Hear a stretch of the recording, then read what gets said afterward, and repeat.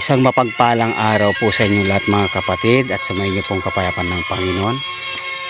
So andito naman po muli kami sa amin pong bukid na kami po ay lagi nang madalas na pumupunta po rito dahil po ito po yung gustong gusto po ng aking anak na lagi kaming pupunta rito dahil ito po ay namimiss niya lagi ang kanyang mga pinsan at na gusto niya lagi po ay mayroon siyang mga kalaro. Ayan, at nadatnan namin po ang aming mga pamilya po rito na kung saan ay sila po ay nag-aayos ng kanilang mga motor, yung kulong-kulong na ito po ay ginagamit nila po sa kanilang bukid, pinagkakargahan ng kung ano-ano bang mga bagay na kailanganin po sa pagtatrabaho sa bukid. Kaya ito po ay inaayos po nila, ay kinokondisyon yung kanilang mga motor o kulong-kulong.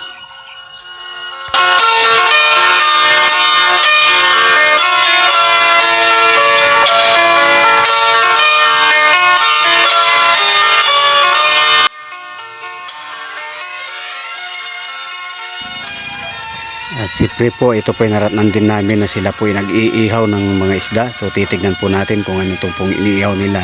So isda ito po yung pang-ulam ng pananghalian mga kapatid. Dito po sa bukid, ganito po yung mga laging ginagawa. Napakasarap mamuhay talaga sa bukid dahil dito po ay murang-mura lamang po yung mga isda. Dahil nga katulad dito na laging kumbaga nag-iihaw po sila. Ayan, ito po yung isda na yung parang bangus, di ba?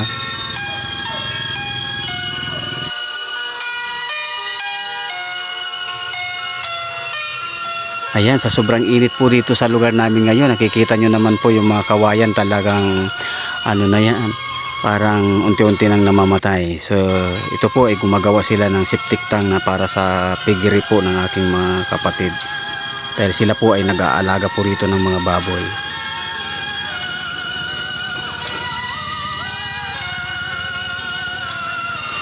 Dito sa bukid napakasarap talaga mamuhay kung masipag ka lamang po mga kapatid, na kahit ano po yung mga itatanim mo lang dito ay mabubuhay ka na po. Katulad po nito na napakatahimik at napakasarap ang pakiramdam pag lagi ka rito dahil nga katulad nito napakasarap yung hangin, talagang priskong hangin ang malalanghap mo pag nandito ka sa ganitong lugar.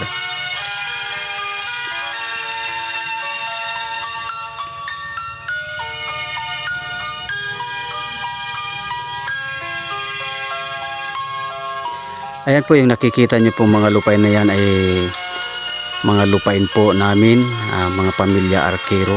So ayan, lupa ng mga ninuno po namin, lolo namin, mga lupain ng mga tatay po namin, mga kapatid. So ayan, so kami po ay madalas kami rito dahil sa lugar nito dito kami lumaki nung kami mga bata pa, dahil dito rin kami pinanganak. Dito na rin kami nagkamalay at namulat at natuto kung paano kami magtrabaho sa mga gawaing bukid.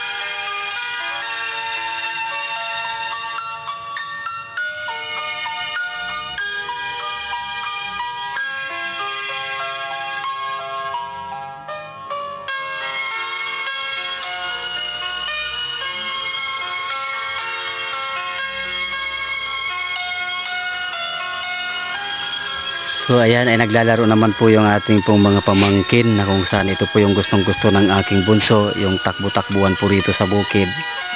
Ayan sila. So siyempre wala yung mga ibang mga pinsan niya dahil nga nagpastol po sila ng mga kalabaw, mga alaga po nila.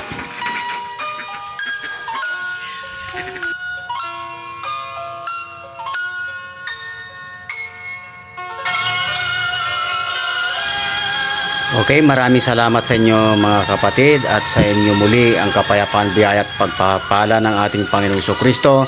Lagi nating tatandaan na mabuti ang Diyos sa lahat ng oras at patuloy nating panatiliin na maging sentro sa buhay natin ang ating Panginoong Jesucristo. God bless us all.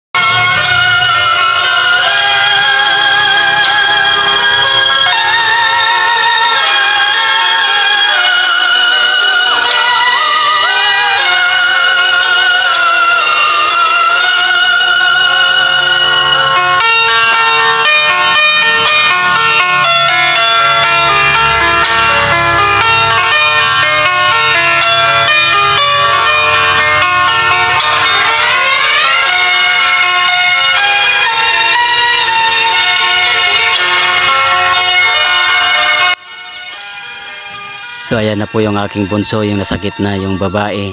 Yan yung mga naging kahinaan niya, yung talagang gusto niyang pumunta talaga lagi rito dahil gusto niya makipaglaro sa kanyang mga pinsan.